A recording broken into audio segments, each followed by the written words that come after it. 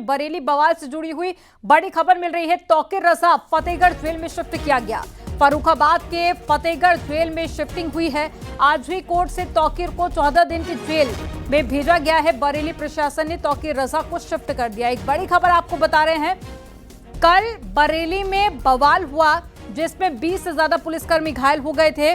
और आपको बता दें कि तौकीर रजा ने ही प्रदर्शन का पहले ऐलान किया था। हालांकि बाद में उन्होंने कहा कि शांतिपूर्ण तरीके से प्रदर्शन किया जाएगा, परमिशन इसकी नहीं थी। और ये कल बवाल की तस्वीरें आपको दिखा रहे हैं। आज ही 14 दिन की जेल के लिए भेजा गया और अब अपडेट मिल रही है कि तौकीर रजा को शिफ्ट कर दिया गया है, दूसरी जेल में शिफ्ट किया गया है।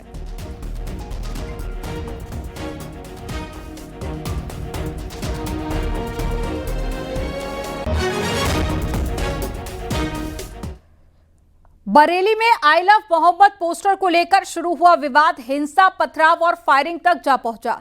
इस हंगामे में 22 पुलिसकर्मी घायल हुए और अब पुलिस ने सख्त कार्रवाई शुरू कर दी है। मौलाना तौकीर रजा समेत 8 लोग गिरफ्तार हो चुके हैं और 2000 से ज्यादा लोगों पर 11 एफआईआर दर्ज की गई है। आपको रिपोर्ट दिखाते हैं।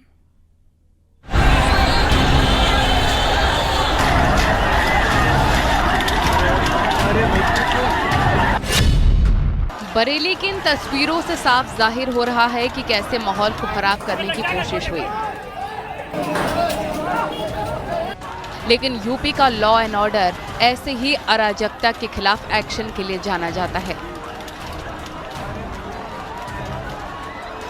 एक पोस्टर को लेकर शुरू हुआ विवाद देखते ही देखते हिंसक हो गया। उपद्रवियों ने पुलिस पर पथराव किया और इस हिंसा में 22 पुलिसकर्मी घायल हो गए। इलाके में तनाव फैल गया। पुलिस ने तुरंत एक्शन लेते हुए मौलाना तौकीर रजा समेत 8 लोगों को गिरफ्तार किया। तौकीर को 14 दिन की न्यायिक हिरासत में भेजा गया है। कुल 11 एफआईआर दर्ज की गई, जिनमें 2000 से ज्यादा लोग आरोपी हैं। मौलाना तौकीर का नाम 7 एफआईआर में शामिल है। हिंसा वाली जगह से हथियार भी बरामद हुए, जो इस घटना की गंभीरता को दर्शाते हैं। कुछ लोग जो पूर्व नियोजित थे उनके द्वारा वहां पर मौजूद पुलिस फोर्स पर पथराव किया गया, फायरिंग की गई, जिसमें 22 पुलिसकर्मियों को चोटें आई, जिनको इलाज के लिए दाखिल किया गया। वहां से वेपन, खोखे, भारी मात्रा में पथराव की गई चीज़ें और अन्य सारी चीज़ें बरामद की गई हैं, जिसके पर्याप्त वीडियो और फोटो हम पे उपलब्ध हैं। जांच में पाया गया है कि ये पूरी चीज़ें इनके द्वारा कराई गई थीं और उस आधार पर इनको आज गिरफ्तार किया गया है, न्यायिक अभिरक्षा में भेजा गया है। और इनके साथ साथ उस घटनाक्रम में शामिल रहे 39 अन्य व्यक्तियों को भी डिटेन किया गया है, जिस पर कार्रवाई सुनिश्चित की जा रही है। पुलिस की जांच में एक चौंकाने वाला खुलासा भी सामने आया। पता चला कि हिंसा में बाहरी लोग भी शामिल थे। नदीम नाम का एक शख्स व्हाट्सएप के जरिए उपद्रवियों के संपर्क में था। हमारी इन्वेस्टिगेशन के दौरान ये भी तथ्य प्रकाश में आए हैं कि कुछ बाहर के आपराधिक तत्व, इस जनपद से बाहर के कुछ आपराधिक तत्व इस जुलूस में शामिल हुए, इस आयोजन में शामिल हुए थे, जिनके द्वारा इस तरह की समस्या पैदा की गई। उनके बारे में भी हम अभी सूचना संकलन कर रहे हैं। ये भी ज्ञात हुआ है कि इसमें एक नदीम नाम का व्यक्ति ये लगातार फोन पे संपर्क में था और इससे व्हाट्सएप कॉल के माध्यम से लोगों की बात हो रही थी और इसके द्वारा भी वहां लोगों को उकसाया गया। हाँ, ये वही व्यक्ति है जिसके सिग्नेचर थे उस कागज पे जो पहले दिन अपील जारी की गई थी और ये अभी फरार है। पुलिस की टीम है इसकी। फिलहाल बरेली में हालात सामान्य हैं। सभी चौक चौराहों पर पुलिस फोर्स तैनात है। शहर में शांति बनाए रखने के लिए प्रशासन पूरी तरीके से अलर्ट मोड में है।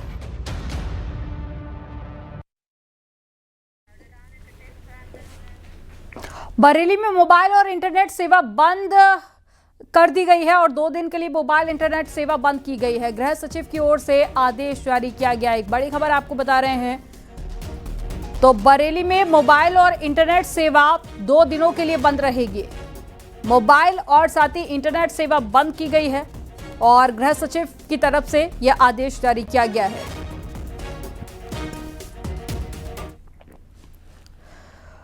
बरेली हिंसा की जांच के लिए एसआईटी गठित की गई है और एसपी के नेतृत्व में 7 सदस्यीय टीम गठित की गई है। एसआईटी को 10 दिन में अपनी रिपोर्ट देनी होगी। सोशल मीडिया और सीसीटीवी की भी मदद ली जाएगी। डीआईजी अजय कुमार साहनी के निर्देश पर एसआईटी का गठन किया गया।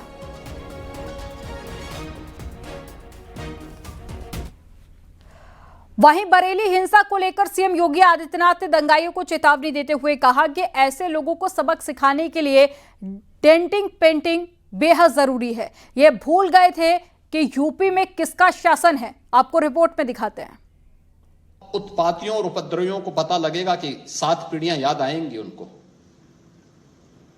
क्योंकि कभी कभी बुरी आदतें जाती नहीं लोगों के, तो उसके लिए उनकी डेंटिंग पेंटिंग करवानी पड़ती है कायदे से।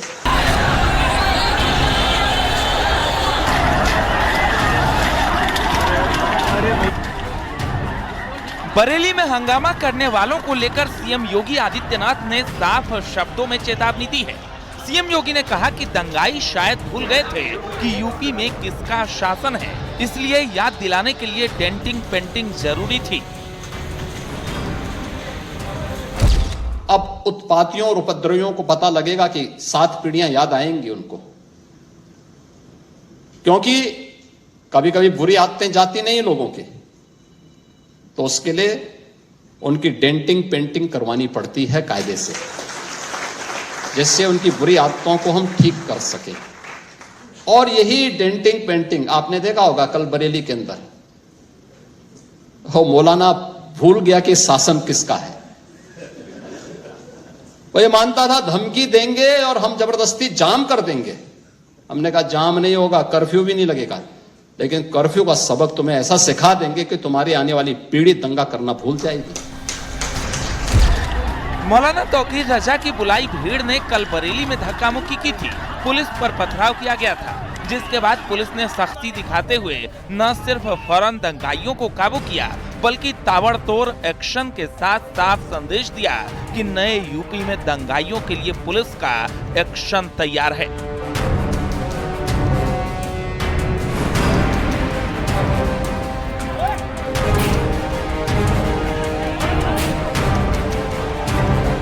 क्या तरीका है ये? आप सिस्टम को ब्लॉक करना चाहते हैं, और यह प्रवृत्ति थी यूपी के अंदर। 17 के पहले यही होता था, और हम इसी बात को कह सकते हैं कि 17 के बाद हमने कर्फ्यू भी नहीं लगने दिया, लेकिन ऐसे बैरियर को चुन चुन करके वे जिस प्रकार की भाषा को समझते थे उस प्रकार की भाषा से उनको समझा करके उसको उसकी सजा दिलाने का काम भी किया है। बरेली में हुए बवाल मामले में पुलिस का एक्शन लगातार जारी है। अभी तक 39 लोगों को पुलिस ने गिरफ्तार किया है और बाकियों की तलाश जारी है। वहीं भीड़ बुलाने वाले मौलाना तौकीर रजा को पुलिस ने अरेस्ट किया है। Bureau report, news 18।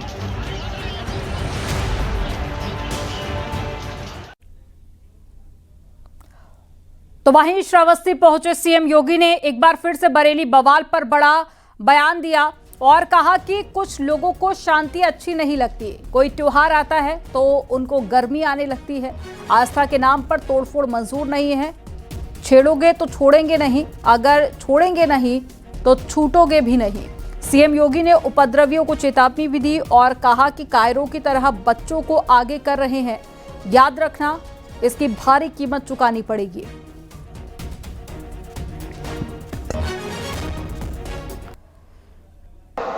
लेकिन कुछ लोग हैं जिनको शांति अच्छी नहीं लगती, कल्याण अच्छा नहीं लगता।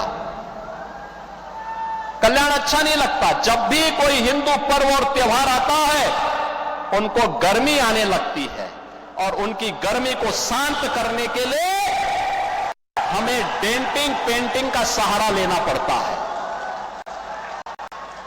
बहनों और भाइयों, आपने देखा होगा महापुरुष किसी भी परंपरा में हो उनका सम्मान होना चाहिए। आस्था अंतःकरण का विषय है, प्रदर्शन का विषय नहीं हो सकता। जिसकी जो आस्था है अपनी आस्था के अनुसार अपने कार्यक्रमों को संपन्न करे, किसी को आपत्ति नहीं होगी। लेकिन आस्था के नाम पर तोड़फोड़ करोगे, आस्था के नाम पर आगजनी करोगे, आस्था के नाम पर राह चलते हुए नागरिकों पर हमला करोगे, बेटियों का जीना हराम करोगे और व्यापारियों के प्रतिष्ठानों पे आगजनी करोगे, पुलिस पर हमला करोगे, तो छेड़ोगे तो फिर छोड़ेंगे भी नहीं, और एक बार छोड़ेंगे नहीं तो फिर छूटोगे भी कभी नहीं।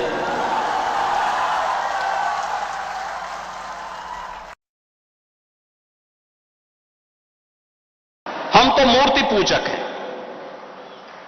हम मूर्ति पूजक हैं, भगवान की उपासना करते हैं। साकार ब्रह्म का भी और निराकार ब्रह्म की भी उपासना सनातन धर्म की इसकी इजाजत देता हमें। और इस्लाम का अनुयायी कहता है कि हम बुत परस्ती का विरोध करते हैं, उससे वे नफरत करते हैं। और दूसरी तरफ आई लव मोहम्मद कह करके अव्यवस्था और आगजनी तोड़फोड़ का सहारा ले रहे हैं। उन्हें मालूम है ये शारदीय नवरात्रि है, विजयादशमी का पर्व है, और शारदीय नवरात्रि को अगर अव्यवस्था पैदा करोगे, चंड मुंड बनकर के कार्य करोगे, तो मां भगवती कभी बर्दाश्त नहीं करने वाली है। मां भगवती तो ऐसे चंड और मुंडों को रोकने का ही कार्य करती है। इसीलिए सभी सनातन धर्मावलंबी मां भगवती दुर्गा की पूजा इसीलिए करती है जिससे शक्ति अर्जित कर सके। आपका उपासना आपका विषय, अंतःकरण का विषय होना चाहिए, चौराहे पर प्रदर्शन करने का विषय नहीं होना चाहिए। और इसीलिए हम लोगों ने कहा कि धर्म स्थलों पर माइक बंद होने चाहिए। अपने परमिशंस में आप बजाइए, दूसरों का जीना हराम बंद करिए। अराजकता स्वीकार्य नहीं, कतई स्वीकार्य नहीं। हम सम्मान सबको देंगे, सुरक्षा सबको देंगे, लेकिन अगर किसी ने सुरक्षा के साथ खिलवाड़ करने का दुस्साहस किया, निर्दोष नागरिकों पर हमला किया, बेटी की सुरक्षा और व्यापारी के प्रतिष्ठानों में आगजनी करने का दुस्साहस किया, तो उसको ही नहीं, उसकी कई पीढ़ियों के सामने ऐसी कार्रवाई करेंगे कि उनके लिए एक नजीर बन जाएगा। और वो व्यवधान पर्व और त्योहारों के समय माहौल खराब करना ये स्वीकार्य नहीं। और मैं फिर कहूंगा कि अगर किसी ने सड़कों पर प्रदर्शन करके उपद्रव करने का दुस्साहस किया, और मैं ये भी कहूंगा उनको चेतावनी दे रहा हूं उन लोगों को जो कायरों की तरह, बुज़दिलों की तरह बच्चों और महिलाओं को आगे करने का काम कर रहे हैं। याद रखना, इसकी भारी कीमत चुकानी पड़ेगी उनको, अगर उन्होंने किसी भी पर्व और त्योहार में व्यवधान डालने का काम किया तो। बरेली बवाल पर नंदकिशोर गुर्जर ने कहा कि तौकीर रजा के पीछे आईएसआई कट्टरपंथी देशों का हाथ है, प्रदेश विरोधी और देश विरोधी ताकतों की साजिश है।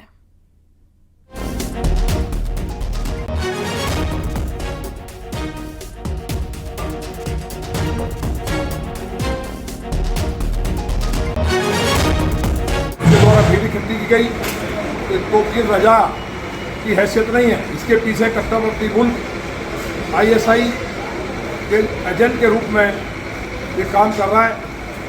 मुझे उम्मीद है माननीय मुख्यमंत्री जी इस कठोर कार्रवाई के लिए जाने जाते हैं, इनकी नस्लें याद करेंगी, पुश्ते याद करेंगी, और इनकी संपत्ति से जो इन्होंने बवाल किया, दंगा किया, पुलिस के ऊपर पथराव किए, बहन बेटियों के साथ बदतमीजी की, उसका हिसाब चुकता होगा। सहारनपुर में सांसद इमरान मसूद ने बरेली हिंसा पर नाराजगी जताई। इमरान मसूद ने बरेली में हुए उपद्रव को लेकर कहा कि मस्जिदें नमाज के लिए होती हैं, नमाज के बाद में इस तरह से इकट्ठा होकर उत्पात नहीं मचाना चाहिए। ये जरूरी नहीं है कि हम सड़कों पर आकर इस प्रकार की हरकत करें, लेकिन उसके लिए जरूरी नहीं हम सड़कों पर आकर के, मुझे नहीं समझ में आता ये क्या तमाशा बनाने की कोशिश हो रही है। ये किसी सूरत में जायज़ नहीं है और इससे बचना चाहिए। और मैं उलेमा इकराम से भी मौदबाना दरख्वास्त करता हूं कि आप लोग आगे आकर के इस चीज़ को रोकिए कि ये एक बिला लखनऊ के अंदर I love bulldozer, I love, ये लगना ये क्या तमाशा है? ये आप मिलकर के खेल क्यों खिलवाना चाह रहे हो? कौन लोग इनके पीछे हैं? हमें इन्हें आइडेंटिफाई करना पड़ेगा। ये नफरत का माहौल अल्लाह अल्लाह करके ख़त्म हो रहा है। इस नफरत के माहौल को दोबारा जिंदा नहीं किया जाना चाहिए। ये नफरत का माहौल देश को नुकसान पहुंचाने का काम कर रहा है। और आप सल्लल्लाहु अलैहि वसल्लम जिन्होंने पूरी दुनिया में इंसानियत का पैगाम दिया, उनके नाम के ऊपर हम इस तरह की इकट्ठा होकर के किसी सूरत में जायज़ नहीं है। इसको बंद करना चाहिए, हर सूरत में बंद होना चाहिए। देवबाद के उलेमा कारी इसहाक गोरा ने बरेली हिंसा को लेकर अपनी प्रतिक्रिया दी। क्या कुछ कहा, आपको सुनाते हैं। रही बात लव जो है वो एक प्यार का नाम है, इसे प्यार ही रहने दिया जाए, इसे अपराध न माना जाए। आजकल लोग जो हैं अपने प्यार का इजहार कर रहे हैं, कोई आई लव मोहम्मद बोल रहा है, कोई आई लव दूसरे धर्मों के लोग भी बोल रहे हैं, तो वो कहीं ना कहीं उससे मोहब्बत का इजहार कर रहे हैं। इसे एक राजनीतिक इशू या राजनीतिक मुद्दा नहीं बनाना चाहिए। हिंदुस्तान में मोहब्बत जो है वो प्यार है और हिंदुस्तानी जो है वो प्यार से बने हैं।